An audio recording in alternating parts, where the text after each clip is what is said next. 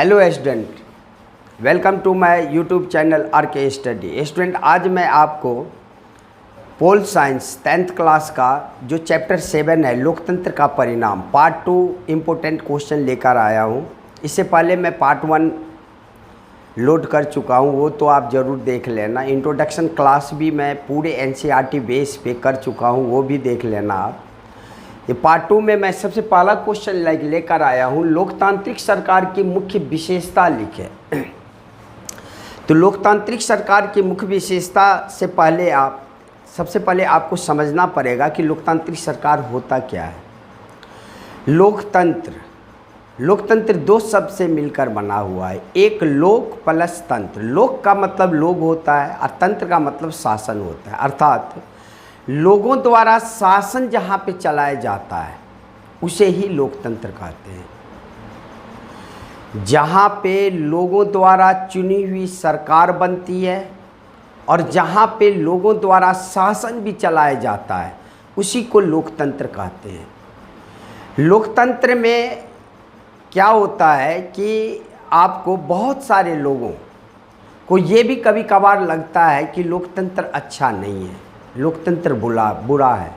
इसके पीछे कहने का कारण ये है कि जब किसी भी देश में लोकतंत्र स्थापित हो जाती है तो लोगों को उससे बहुत सारी आशाएं जुड़ जाती है।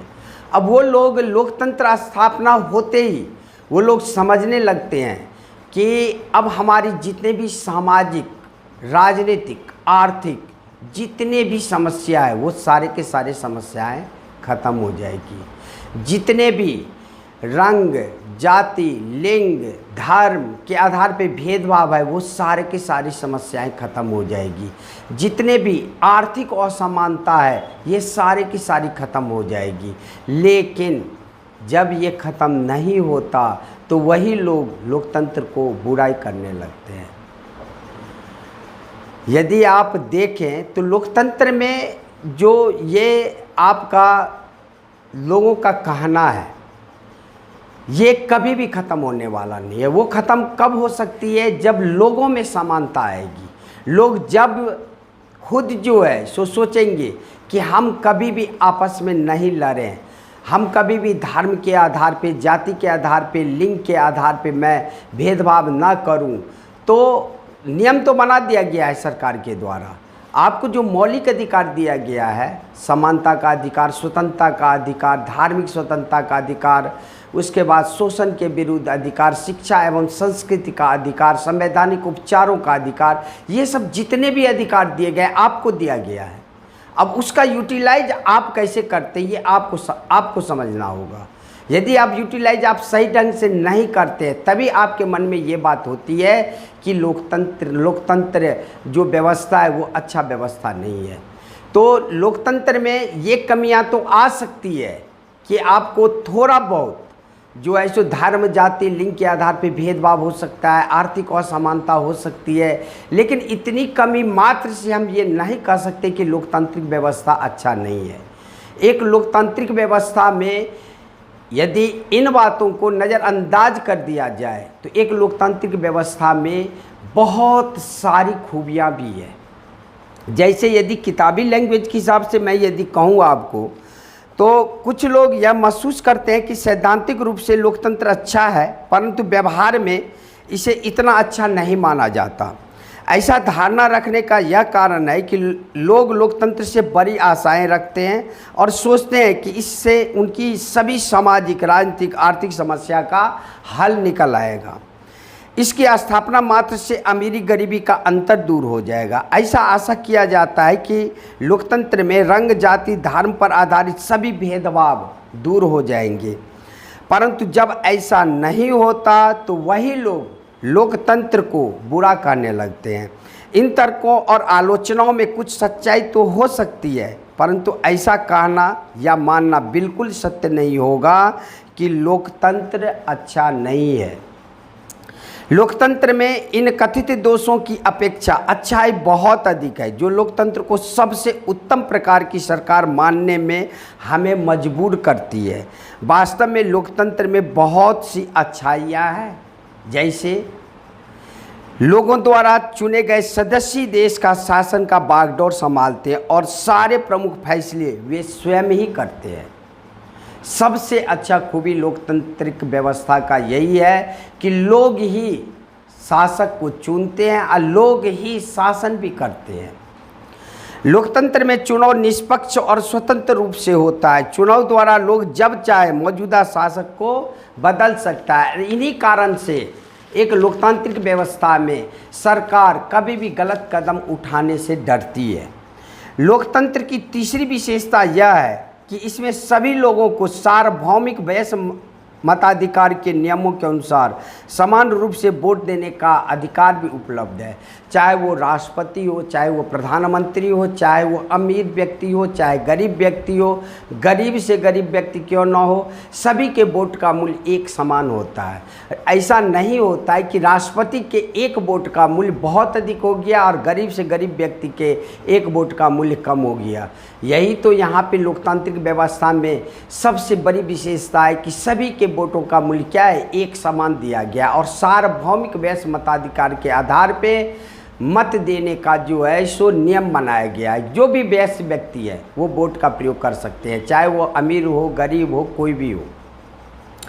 चुनाव द्वारा चुनी गई सरकार संविधान द्वारा निश्चित बुनियादी कानूनों और नागरिकों के अधिकारों की सीमा में रहते हुए काम करती है। ये भी एक लोकतांत्रिक व्यवस्था की सबसे प्रमुख विशेषता है कि कोई भी कदम सरकार जो उठाती है वो एक नियम के दायरे में रहकर काम करती है, नियम से बाहर होकर कभी भी काम नहीं करती है।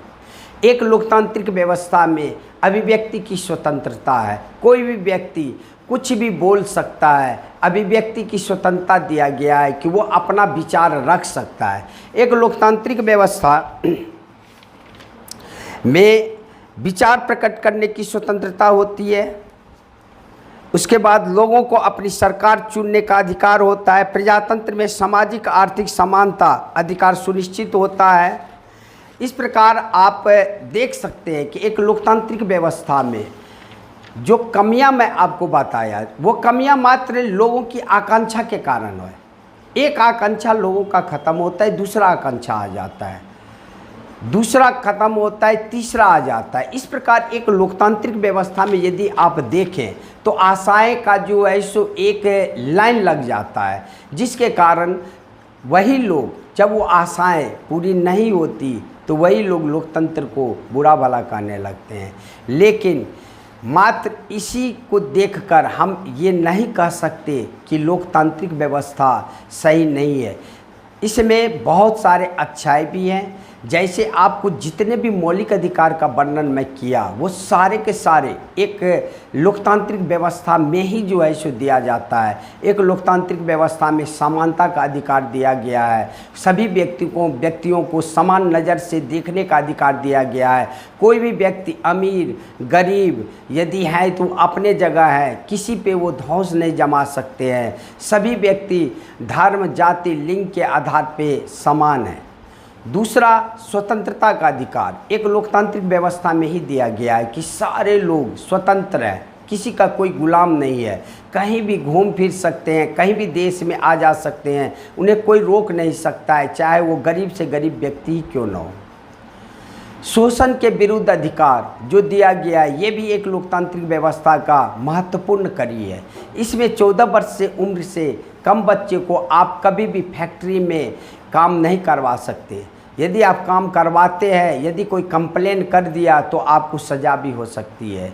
इसी प्रकार संवैधानिक उपचारों का अधिकार दिया गया है कि यदि कोई भी मौलिक अधिकार आपका हनन हो रहा है तो आप डायरेक्ट सीधे आप जा सकते हैं सर्वोच्च न्यायालय।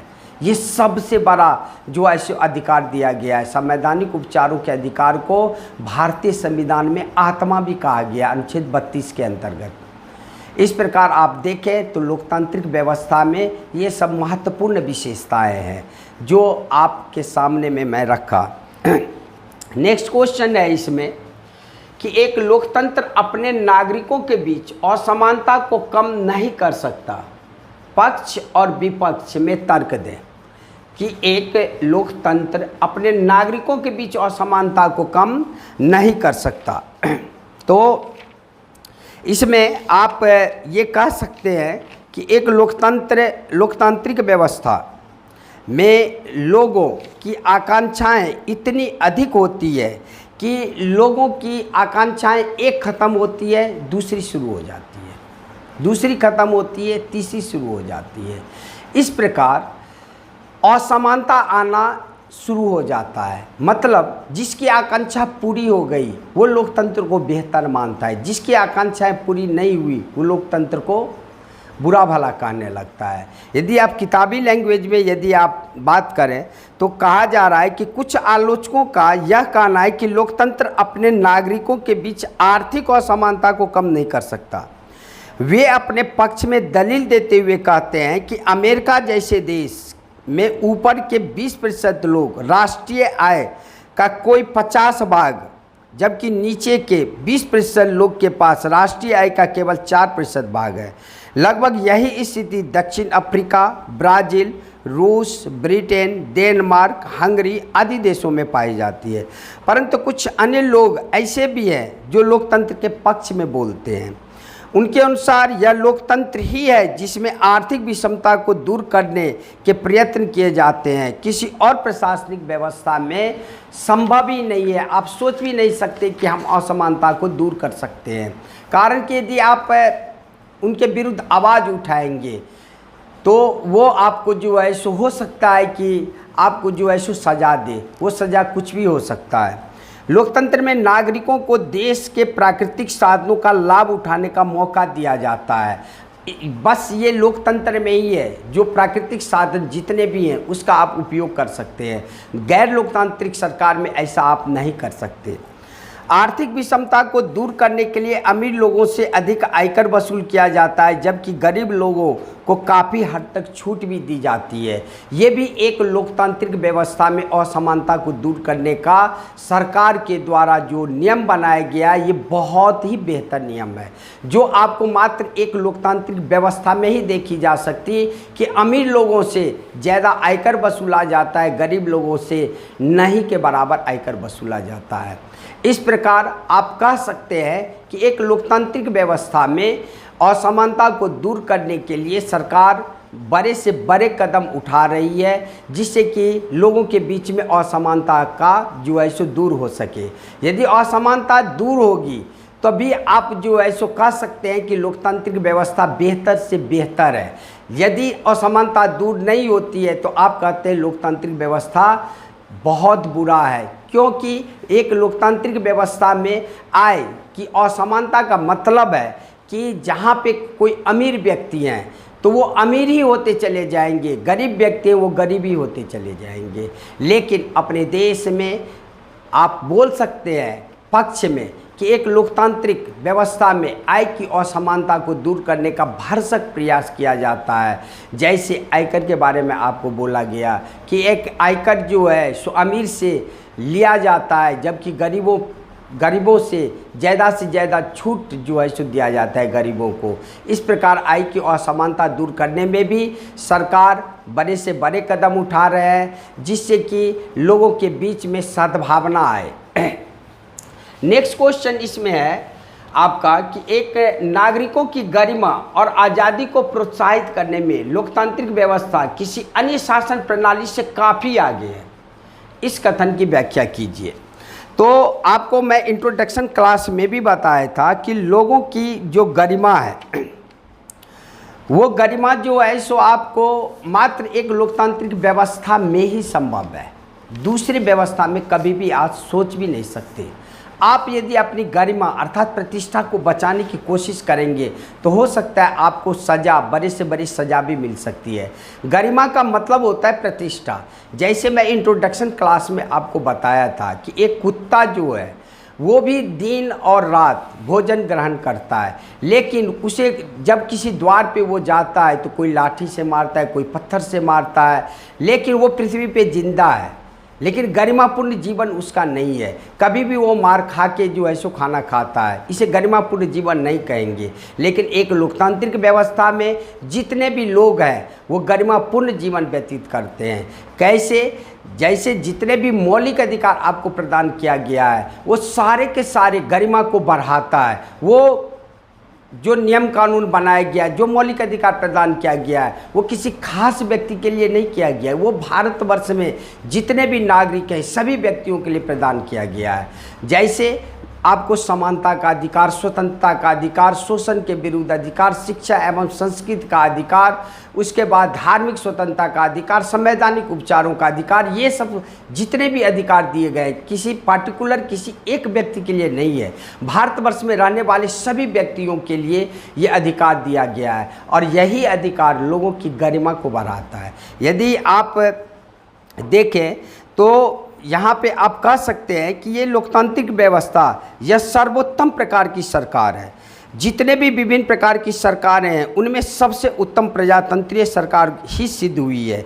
इसके मुकाबले तानाशाही सरकार, एक पार्टी की सरकार तथा राजतंत्र इतने लोकप्रिय नहीं रहे। जब कभी भी किसी तानाशाही या राजतंत्र के विरुद्ध लोगों को उठने का मौका मिलता है तो वे उठते हैं, प्रजातंत्र स्थापित करने का प्रयत्न करते हैं। प्रजातंत्र का अपने ही आकर्षण है जो लोग ऐसे शासन के अभ्यस्त हो जाते हैं और वो फिर और प्रकार के शासन की ओर देखते नहीं। विचार प्रकट करने की स्वतंत्रता, प्रजातंत्र में सभी नागरिकों को अपने विचार प्रकट करने की पूर्ण स्वतंत्रता होती है। उन्हें ऐसा करने में न तो किसी आतंक का डर रहता है और न ही कैद में जाने का खतरा। जैसे चिली, म्यांमार, पुर्तगाल, घाना आदि देशों में प्रायः देखने को मिलता है कि आप कभी भी जो है अपना विचार प्रकट नहीं कर सकते। यदि आप अपना विचार प्रकट करेंगे तो हो सकती है आपको बड़ी से बड़ी सज़ा मिल जाए। एक लोकतांत्रिक देश में आदमी पिंजरे का पंछी नहीं होता, वह स्वतंत्रता से आकाश की ऊंचाई को छू सकता है। नेक्स्ट पॉइंट है, लोगों को अपनी सरकार चुनने का अधिकार होता है। प्रजातंत्र लोगों को अपनी सरकार होती है क्योंकि वे उन द्वारा स्वयं बनाई गई होती है। उनमें से कई स्वयं मंत्री, उपमंत्री, राजमंत्री तक के पद पर आसीन होते हैं। ऐसी सरकार इसलिए लोगों को अधिक प्रिय होती है। प्रजातंत्र में सामाजिक आर्थिक समानता अधिक सुनिश्चित होती है। जो लोग अनेक सामाजिक आर्थिक कारणों से उत्पीड़ित रहते हैं उन्हें प्रजातंत्र में एक नई जीवन की किरण नज़र आती है जहाँ वे अनेक प्रकार के शोषण से अपने आप को बचा सकता है। व्यक्ति की गरिमा और आज़ादी को बढ़ाने के लिए लोकतांत्रिक व्यवस्था अन्य किसी भी शासन व्यवस्था से बेहतर है। ये जितने भी मैं आपको पॉइंट बोला ये मात्र लोकतांत्रिक व्यवस्था में ही संभव है कि लोग अपनी अभिव्यक्ति कर सकता है, कुछ भी बोल सकता है, लेकिन एक तानाशाही सरकार में आप नहीं बोल सकते।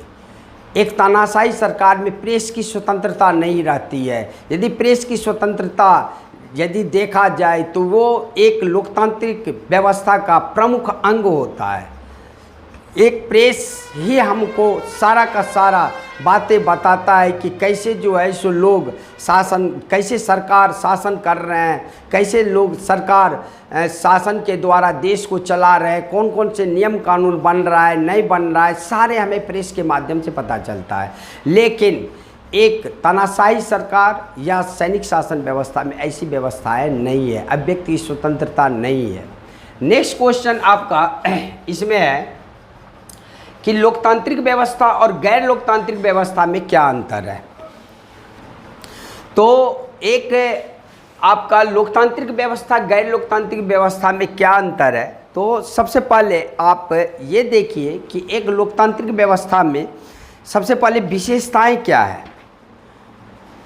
यदि आपको मैं इससे पहले जो भी आपको लोकतंत्र की विशेषता बताया इससे पहले के क्वेश्चन में, उसको अपोजिट आप कर देंगे तो सारे के सारे गैर लोकतांत्रिक जो देश हैं वहाँ की वो विशेषता आपको निकल कर सामने आएगा। जैसे देखिए कि एक लोकतंत्र में लोग अपनी सरकार की आलोचना कर सकते हैं क्योंकि उन्हें विचार व्यक्त करने की पूर्ण स्वतंत्रता होती है।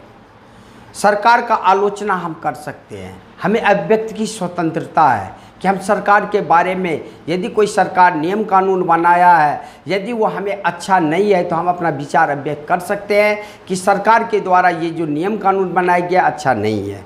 लेकिन गैर प्रजातंत्रीय देश में यदि आप देखिए तो गैर प्रजातंत्रीय देशों में लोगों की स्वतंत्र रूप से अपने विचार करने की स्वतंत्रता नहीं होती है, ना ही वे अपनी सरकार की आलोचना ही कर सकते हैं। यदि आप आलोचना कर दिए तो हैं की जगह आप हो जाएंगे थे। एक प्रजातंत्री देश में लोग एक निश्चित समय के बाद चुनाव द्वारा अपनी शासकों को बदल सकते हैं, जबकि गैर प्रजातंत्री देश में ऐसा नहीं है। परंतु गैर प्रजातंत्री देश में लोग को न कोई चुनाव में भाग लेने की और न ही अपने शासकों को बदलने का आज्ञा होता है। प्रजातंत्री देशों में विरोधी दलों की स्वतंत्रता से काम करने को दिया जाता है और विरोधी दल ही है जो सरकार के जितने भी अवगुण होता है वो सरकार के सामने में रखता है। ये एक लोकतांत्रिक देश कहिए या प्रजातांत्रिक देश कहिए, ये एक प्रजातांत्रिक देश में ही संभव है कि विपक्ष होता है और विपक्ष सरकार की जो है सो बुराई करता है। लेकिन गैर प्रजातंत्री देश में प्रायः विरोधी दल की कोई काम करने की सुविधा ही नहीं होती, वे सरकार के विरुद्ध कुछ भी नहीं बोल सकते। प्रजातंत्रीय देश में प्रेस की स्वतंत्रता होती है, वे सरकार के नीतियों की आलोचना भी कर सकते हैं, जबकि गैर प्रजातंत्रीय देशों में प्रेस पर अनेक प्रकार के अंकुश लगाए जाते हैं, उन्हें सरकार के नीतियों के विरुद्ध जाने की हिम्मत भी नहीं हो सकती। प्रजातंत्रीय देशों में कारीगरों को अपने स्वतंत्र ट्रेड यूनियन बनाने की स्वतंत्रता होती है, जबकि सैनिक राज्यों में कारीगरों को अपने ट्रेड यूनियन बनाने की कोई आज्ञा नहीं होती, उन्हें ट्रेड यूनियन बनाना बड़ा महंगा पड़ सकता है। प्रजातंत्रीय देशों में कोई भी नागरिक बड़े से बड़े पद के लिए चुनाव लड़ सकता है। साधारण परिवार से संबंध रखने वाले लोग जैसे लाल बहादुर शास्त्री, डॉक्टर APJ अब्दुल कलाम भारत जैसे प्रजातंत्रीय देशों के प्रधानमंत्री एवं राष्ट्रपति पद को प्राप्त करने में सफलता प्राप्त किए, जो कि बहुत ही गरीब परिवार से बिलोंग करते थे। लेकिन एक गैर प्रजातंत्रीय देशों में कोई भी साधारण वंश से संबंध रखने वाला व्यक्ति किसी भी बड़े पद को प्राप्त कर सकने की सोच भी नहीं सकता। यदि किसी भी ऊंचे पद पर लगा भी दिया जाएगा तो उसे राजकीय सैनिक नेता के पांव चाटने पड़ेंगे, वे जब चाहे अपने पद से हटाए भी जा सकते हैं। तो एक लोकतांत्रिक देश और गैर लोकतांत्रिक देश में ये अंतर आप स्पष्ट कर सकते हैं। उसके बाद क्वेश्चन है कि किन्हीं 4 तरीकों को स्पष्ट कीजिए जिनमें लोकतांत्रिक व्यवस्थाएं असमानता और गरीबी को दूर करने में असमर्थ रही है। यानी आपको बताने हैं 4 तरीका जिससे कि लोकतांत्रिक व्यवस्था असमानता और गरीबी को दूर करने में असमर्थ रही है। तो आप ये कह सकते हैं कि एक लोकतांत्रिक व्यवस्था में लोगों की आकांक्षाएं इतनी अधिक होती है कि एक आकांक्षाएं ख़त्म होती है, दूसरी आकांक्षाएं आ जाती है, दूसरी ख़त्म होती है, तीसरी आ जाती है। इस प्रकार हम देख रहे हैं कि लोगों की आकांक्षा का एक लाइन लग जाता है जो कभी भी एक लोकतांत्रिक देश में पूरा नहीं हो सकता। यहाँ पे आपको ऐसे 4 कारण बताने हैं जो लोकतांत्रिक व्यवस्था में ये असमानता को दूर नहीं किया जा रहा है। जैसे भारत जैसे बहुत से लोकतांत्रिक सरकारों में महिलाओं से असमान सामाजिक व्यवहार को दूर कर दिया गया है, उन्हें पुरुषों के समान अधिकार दे दिए गए हैं। भारत जैसे बहुत से लोकतंत्रों में समाज के कमज़ोर वर्गों के साथ होने वाले अन्याय को दूर कर दिया गया है, जिसके परिणाम स्वरूप अब वे सम्मानपूर्वक अपना जीवन व्यतीत कर सकते हैं। तो आप देख सकते हैं कि एक लोकतांत्रिक व्यवस्था में कमियां हैं, थोड़ी बहुत कमियां भी है। तो कमियां के अलावा यदि आप देखें बहुत सारे इसमें खूबी भी है जो एक लोकतांत्रिक व्यवस्था में असमानता को जो है सो दूर करने में आपको जो है सो समर्थ रही है। इसमें आप कह सकते हैं कि लोकतांत्रिक देशों के सभी नागरिकों को देश के सभी प्राकृतिक संसाधनों का लाभ उठाने का पूरा अवसर प्रदान किया जाता है ताकि वे आर्थिक क्षेत्र में किसी से पीछे न रहें। लोकतांत्रिक देशों की आर्थिक विषमता को दूर करने के उद्देश्य से अमीर लोगों की ऊंचा दर से आयकर देना पड़ता है, जबकि साधारण लोगों को आयकर से काफ़ी छूट होती है। तो इस प्रकार आप कह सकते हैं कि 4 तरीकों को स्पष्ट कीजिए कि एक लोकतांत्रिक व्यवस्थाएं समानता और गरीबी को दूर करने में समर्थ रही है। यहाँ पे असमानता और गरीबी को दूर करने में समर्थ रही है, यहाँ पे रखिए समर्थ रही है। यहाँ पे आपका हो जाएगा की समर्थ रही है। तो सबसे पहला पॉइंट आपको देना है कि इसमें लोगों को जितने भी आपका संसाधन है उस संसाधन का वो लोग उपयोग कर सकते हैं। सबसे पहले यहाँ पे ये नहीं देखा जाता है कि ये अमीर है और ये गरीब है। इसमें सबसे पहला पॉइंट दिया गया कि महिलाओं में असमानता, सामाजिक व्यवहार को दूर कर दिया गया है। उन्हें पुरुषों के समान अधिकार भी दे दिए गए हैं। भारत जैसे बहुत से लोकतंत्र में समाज के कमज़ोर वर्गों के साथ होने वाले अन्याय को दूर किया गया है, जिसके परिणाम स्वरूप अब वे सम्मानपूर्वक अपना जीवन व्यतीत कर सकते हैं। लोकतांत्रिक देश के सभी नागरिकों को देश के सभी प्राकृतिक संसाधनों का लाभ उठाने का पूरा अवसर प्रदान किया जाता है ताकि वे आर्थिक क्षेत्र में किसी से पीछे न रहे। लोकतांत्रिक देशों में आर्थिक विषमता को दूर करने के उद्देश्य से अमीर लोगों से ज़्यादा ऊंची दर पर कर लिया जाता है, जबकि साधारण लोगों को बहुत से छूट की सुविधा प्रदान किया गया है। इस प्रकार आप कह सकते हैं कि एक लोकतांत्रिक व्यवस्था में असमानता को दूर करने का प्रयत्न किया गया है। उसके बाद इसमें नेक्स्ट क्वेश्चन है कि शिकायतों को लोकतंत्र की सफलता का प्रमाण क्यों माना जाता है। आप कह सकते हैं कि जो राजनीतिक दल है जो एक सरकार का गठन करती है तो विपक्ष में भी उसकी भूमिका प्रमुख होती है। यदि सरकार की गलतियों को नहीं कहा जाए तो सरकार तानाशाह हो जाएगी, सरकार अपनी मनमर्जी करने लगेगी। सरकार के गलतियों को जब तक हम नहीं दिखाएंगे तो सरकार कभी भी अपने में सुधार नहीं कर सकती है। इस प्रकार जो है सो विपक्ष की जो भूमिका होती है एक जो है सो लोकतांत्रिक सरकार में बहुत ही अधिक होती है। विपक्षी है जो आपको केंद्र में जो सरकार होती है उसे शिकायतों का अंबार लगाती है कि आपने ये गलती किया, आपने ये गलती किया, आपने ये गलती किया, और लोगों को अवगत भी करवाती है। फिर लोग आंदोलन करते हैं, फिर वो सरकार क्या करती है, अपने आप में सुधार करने की कोशिश करती है और सुधार करती भी है। नहीं तो उसे पता है कि यदि वो सुधार नहीं करेगी तो अगले बार वो कभी भी शासन व्यवस्था में नहीं रह सकती। यह लोकतंत्री है जहां लोग स्वतंत्रता से अपनी शिकायतों को अभिव्यक्त कर सकते हैं। उन्हें पकड़े जाने या मारे जाने का कोई डर नहीं होता।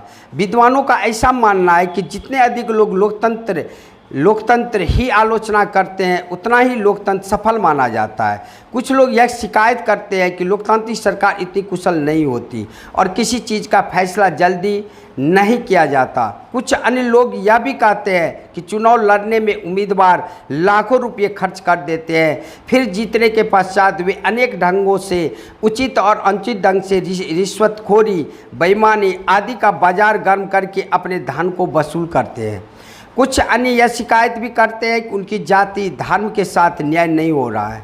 कुछ किसान भाई यह भी कहते हैं कि लोकतांत्रिक सरकार उनकी ओर पूरा ध्यान नहीं देती, जिसके कारण उन्हें भूखे मरना पड़ता है। यह लोकतंत्री है जहां हर प्रकार की शिकायतों का स्वागत किया गया है, अन्यथा तानाशाही में शिकायत करने वालों को छोड़ा नहीं जाता, उनके हाथ पांव तोड़ दिए जाते हैं। कईयों को तो गैस चैम्बरों में मरने के लिए छोड़ दिया जाता है, जैसे कि नाजी जर्मनी में दूसरा विश्व युद्ध में यहूदियों के साथ किया गया। लोकतंत्र में जितने अधिक लोग शिकायतें करते हैं उतना ही यह अधिक सफल माना जाता है। शिकायतों करने से इतना तो पता चलता है कि लोगों में अच्छे बुरे को परखने की शक्ति पैदा हो चुकी है। लोग एक नागरिक के रूप में अपने उत्तरदायित्व ठीक ढंग से निभा रहे हैं, वे निर्जीव नहीं हैं। जब तक आप शिकायतें नहीं करेंगे तब तक एक लोकतंत्र कभी भी अच्छा नहीं माना जाएगा। जैसे आप देख सकते हैं जर्मनी का उदाहरण दिया गया है जहां हिटलर का शासन था। वहाँ उनके हिसाब से यहूदी नहीं चल रहे थे तो उन्हें बहुत ज़्यादा पनिशमेंट दिया गया, बहुत ही ज़्यादा यातना दिया गया। तो एक लोकतांत्रिक देश में आप ये कह सकते हैं कि शिकायत का आप अंबार लगा सकते हैं। जो विपक्ष विपक्ष जो अपनी इस भूमिका को सही ढंग से निभाती है। लोग भी अपनी शिकायत कर सकते हैं सरकार से, लेकिन एक तानाशाही सरकार में ऐसा आप नहीं कर सकते, एक गैर लोकतांत्रिक सरकार में ऐसा नहीं कर सकते, एक सैनिक शासन व्यवस्था में आप ऐसा नहीं कर सकते। आपकी जो भी शिकायत है, आपको जो भी पूरा नहीं हो रहा है, आप बोल सकते हैं, आपको अभिव्यक्ति की स्वतंत्रता दी गई है। सरकार उसे देखेगी, परखेगी, फिर आपकी समस्या को दूर करने की कोशिश करेगी। लेकिन एक दूसरा शासन व्यवस्था आप चले गैर लोकतांत्रिक में, ऐसा कभी भी आप बोल भी नहीं सकते। तो इस प्रकार इस वीडियो में मैं आपको 6 क्वेश्चन लेके आया था। 6 का 6 क्वेश्चन इम्पोर्टेंट क्वेश्चन है, इसको आप सही ढंग से कर लेना।